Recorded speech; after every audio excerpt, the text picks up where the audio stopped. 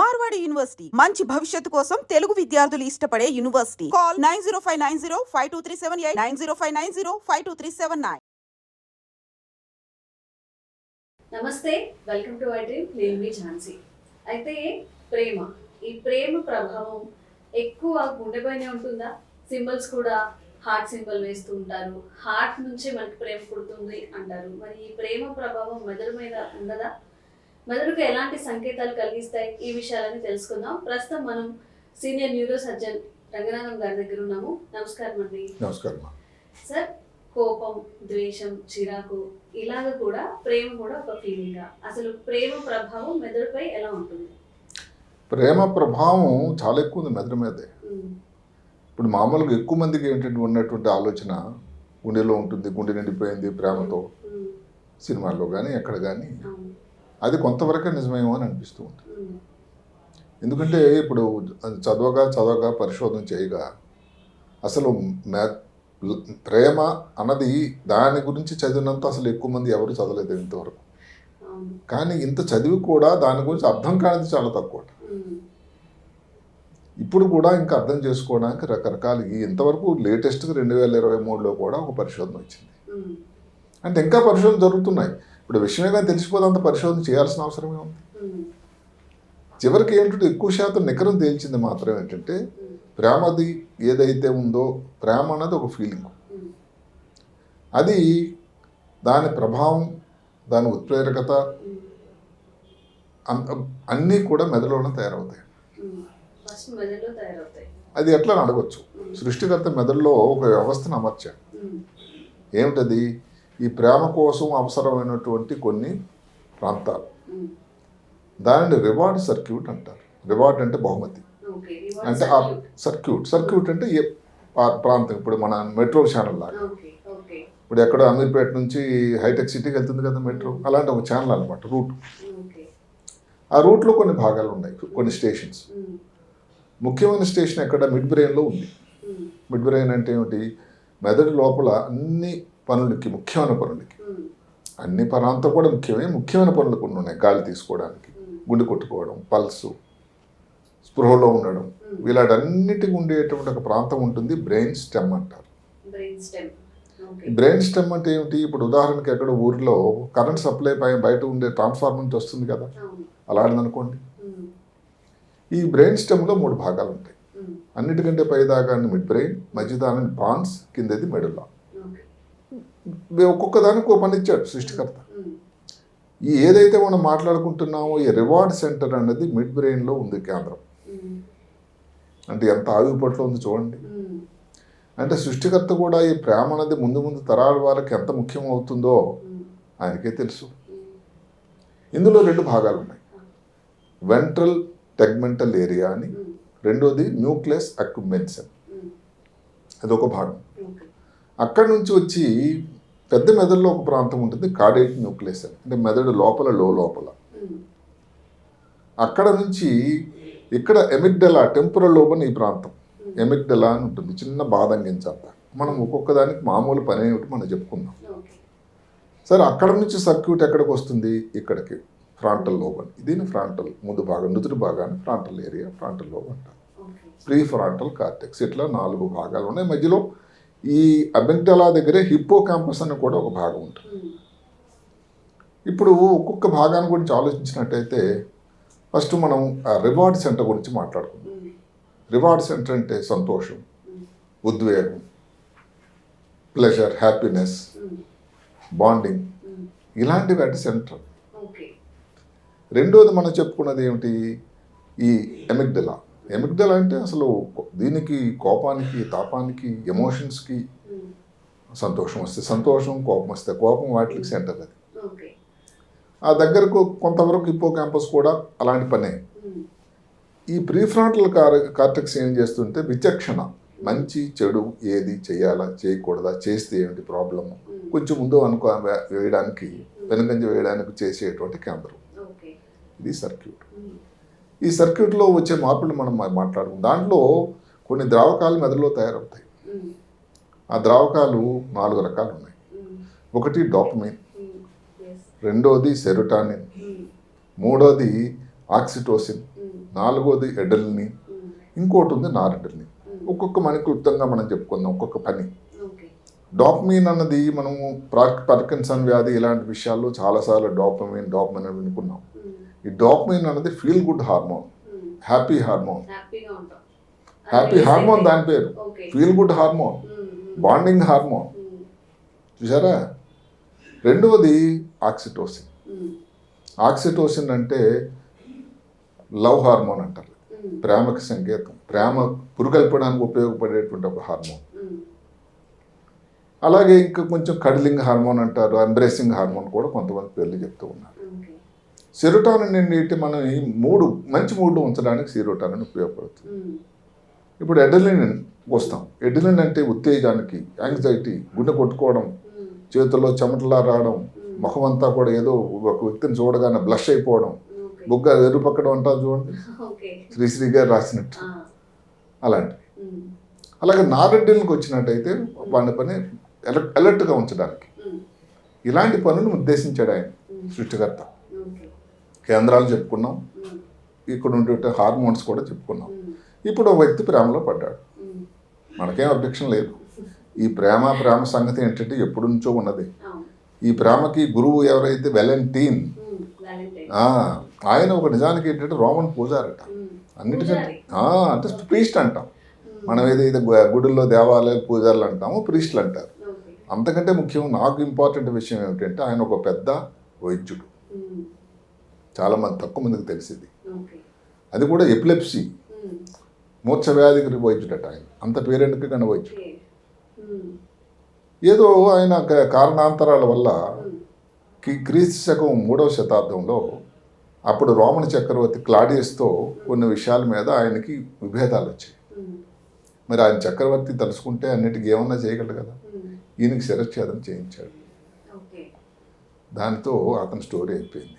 ఆ జరిగిన రోజు ఫిబ్రవరి 14వ తారీఖు. శిరచ్ఛేదం అంటే అతనికి మరణశిక్ష విధించాడు. ఏ విధంగా మనకు తెలియకపోవచ్చు. అది ఫిబ్రవరి 14వ తారీఖు జరిగింది.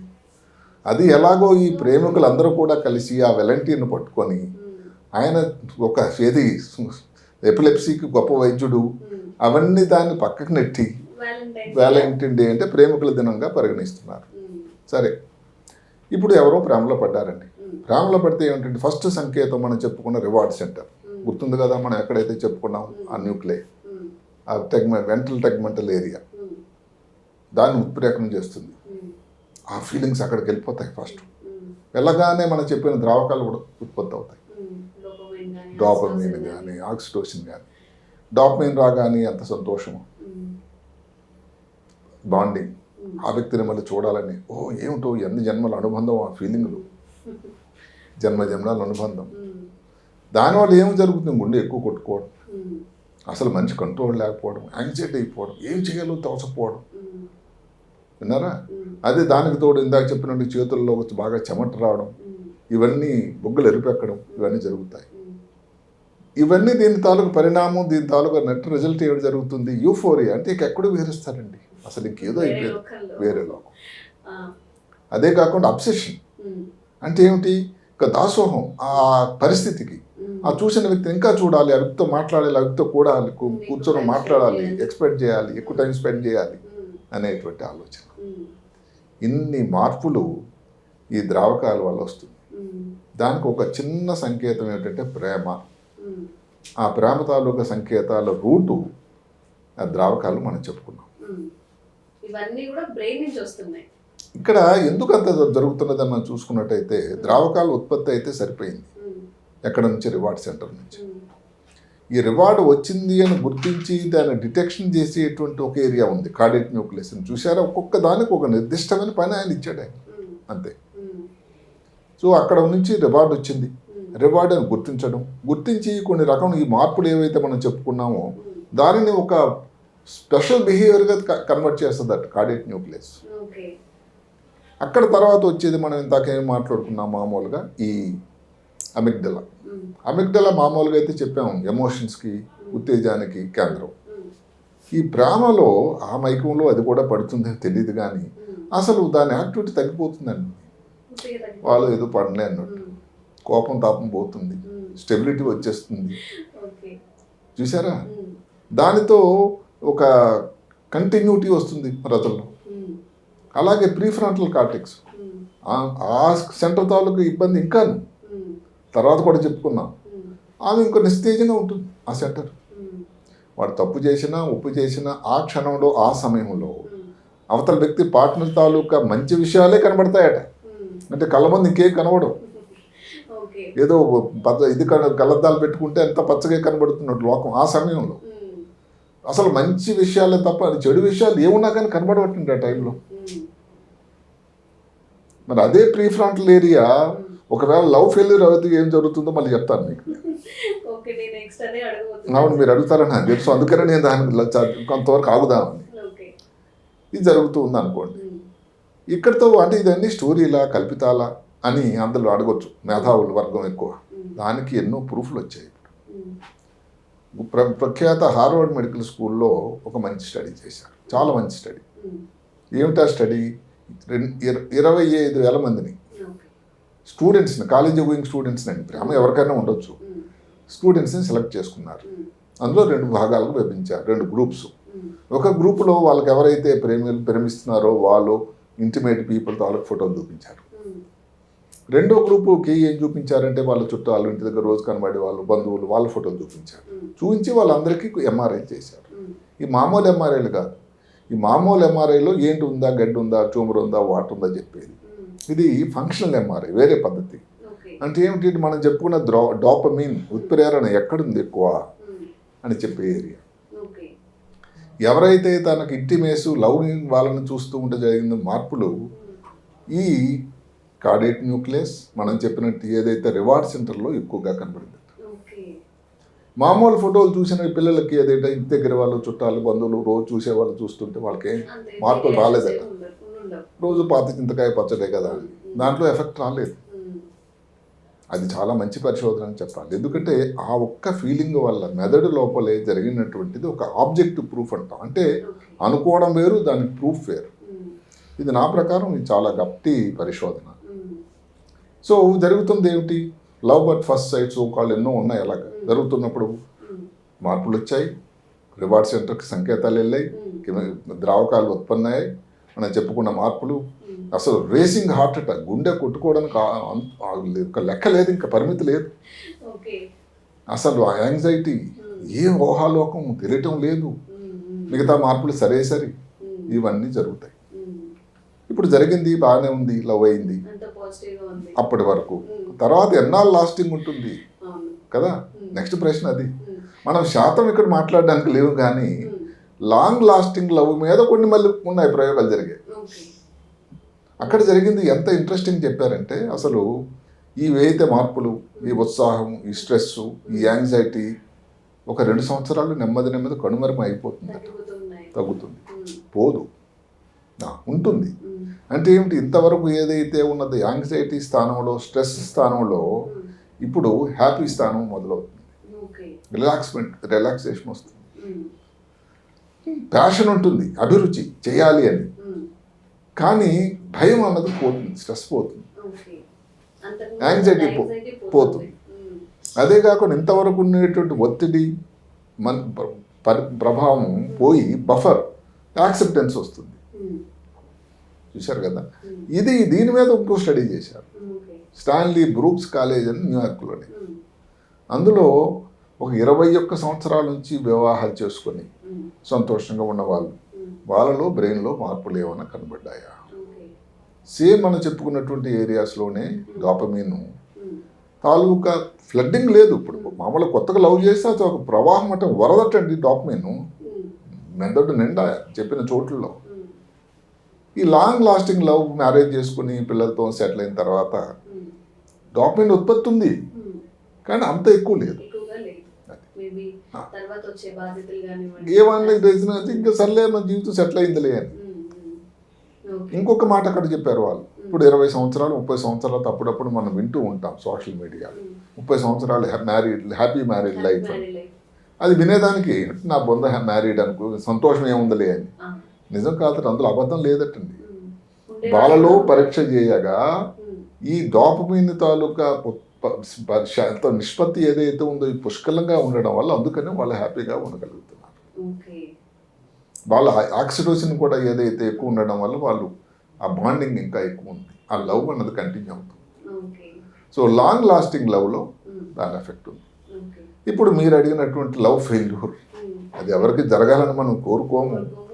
బట్ యాక్సెప్ట్ చేయలేదని కానివ్వండి, ఏదైనా లవ్ ఫెయిల్యూర్ అయిందని కానివ్వండి, ఎన్ని నెగటివ్ కారణాలు రియాక్షన్స్ అన్ని వస్తూ ఉంటాయి కదా. ఎన్ని కారణాలైనా మొత్తం మీద లవ్ ఫెయిల్యూర్ జరిగితే అది కూడా చాలా నిర్దిష్టమైనటువంటి అసలు నేను ఎన్నిసార్లు ఎన్ని కార్యక్రమాల్లో ఆ వ్యక్తి అతను కన్నపడిన అపరిచితుడైనటువంటి ఆ వ్యక్తి భగవంతుడిని ఎందుకు నేను ప్రస్తుతి చేసుకుంటానంటే ఒక్కొక్క ఏరియాకి, ఆ చిన్న ఏరియాకి ఒక పని అప్పచెప్పాడు ఆయన. ఇప్పుడు ఇలాగే మనం డాక్యుమెంట్ మళ్ళీ ఎక్కడైతే మార్పులు వస్తున్నాయో ఈ లవ్ ఫెయిల్యూర్లో వేరే ఏరియాలండి, వాటి పేరు యాంటీరియర్ సింగులేట్ కార్టెక్స్ ఈ ప్రాంతంలో ఉంటుంది. రెండోది ఇన్సులా, ఈ భాగంలో టెంపరల్ లోపల ఉంటుంది. ఆ పక్కనే ఉంది అమిగ్డలా, అది లవ్ టైంలో రియాక్ట్ అవుతుంది, లవ్ ఫెయిల్యూర్లో రియాక్ట్ అయ్యేది ఇన్సులా.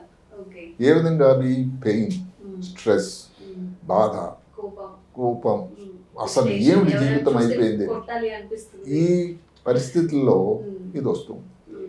దానివల్ల అన్ని నెగిటివ్ థాట్స్, అసలు ప్రపంచం అంతా తనకి శత్రువులు అయిపోయినట్టు ఫీలింగ్. అదే కాకుండా జరుగుతున్నది ఏమిటంటే మనం చెప్పుకున్న రివార్డ్ సర్క్యూట్ డల్ అయిపోతుంది.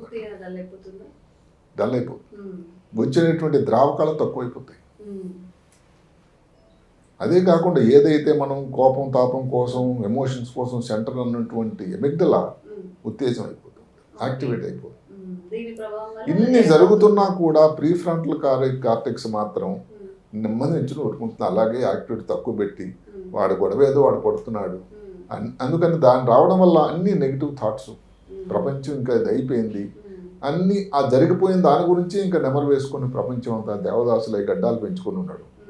ఇది ఈ లవ్ ఫెయిల్యూర్లో జరుగుతున్నది. అదే కాకుండా స్ట్రెస్ హార్మోన్ తాలూకు ఉత్ప్రేరణ చాలా ఎక్కువైపోతుంది, ఏదైతే కార్టిజాల్. అందువల్ల చాలా నెగిటివ్గా కొన్ని ఇబ్బందికరమైనటువంటి సూసైడ్లు, ఇలాంటి అఘాత్యాలు కూడా చేసేటువంటి ఆ సమయంలో ఆ స్ట్రెస్ ఇంకా తట్టుకోలేక కౌన్సిలింగ్ చేసేవాళ్ళు ఎవరితో షేరింగ్ చేసుకోలేని పరిస్థితుల్లో లవ్ ఫెయిల్యూర్ వల్ల ఇలాంటి అఘాత్యాలు జరుగుతూ ఉన్నాయి. అంటే లవ్ ఎట్ ఫస్ట్ జరిగినప్పుడు జరిగిన మార్పులు లాంగ్ లాస్టింగ్ ఎక్కువగా దాన్ని కంటిన్యూస్గా ఉండేటట్టు అదృష్టవంతులు, ఏదైనా బ్యాడ్ లక్ వల్ల వచ్చేటువంటి లవ్ ఫెయిల్యూర్లో కూడా మార్పులు, కేంద్రాలు, ఏ ద్రావకాలు ఎలా ఉంటాయో ఏంటో మనం తెలుసుకుంటున్నాం. ఇప్పుడు ఇంకా అన్నిటికంటే ఇంకోటి ఏంటంటే ఇప్పుడు లవ్ అన్నది ఇంకొక ఇంపార్టెంట్, అందరూ శృంగారానికే అన్వయిస్తారు కాదండి. ఇప్పుడు తల్లిదండ్రులు, తల్లి తండ్రి ఉన్నారు, పిల్లలు పుట్టారు, లవ్. ఆ లవ్ ఈ లవ్తో ఎలా డిఫరెన్స్ ఉంది అన్నది నేను చెప్తాను. నేను ఇప్పుడు తల్లిదండ్రుల తాలూకు లవ్ ఏంటంటే అది ఎట్లా సెల్ఫిష్ అట, అంటే తప్పుగా అనుకోకండి.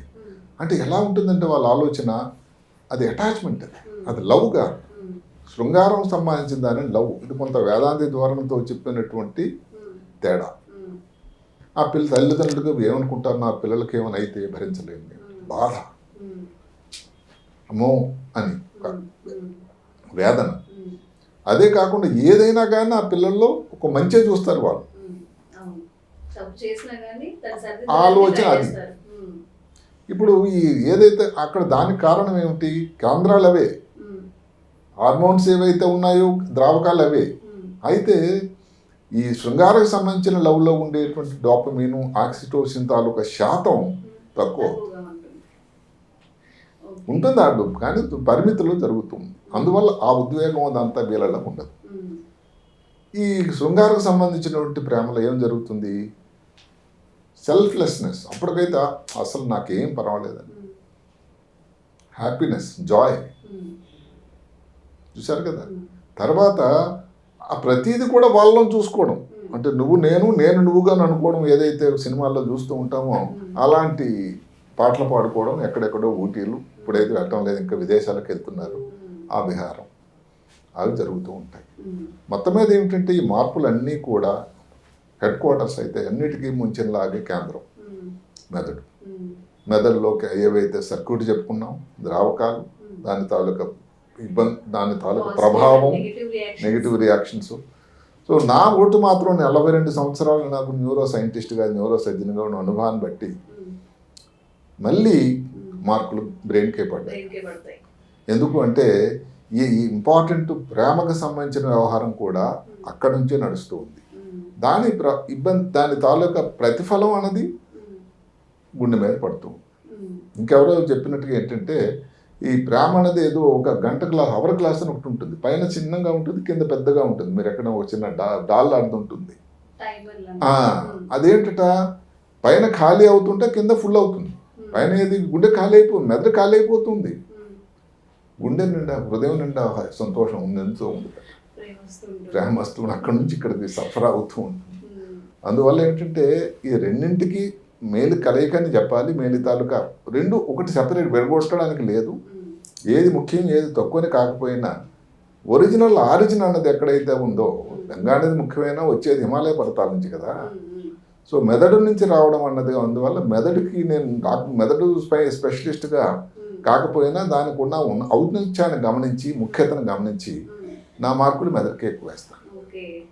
ముఖ్యంగా ప్రేమ తత్వం, ప్రేమ అనేది ఇవన్నీ కూడా బ్రెయిన్ నుంచి స్టార్ట్ అయ్యి హార్ట్ వరకు చేరుకుంటాయి. చేరుకుంటాయి. Okay okay sir, thank you. నమస్తే.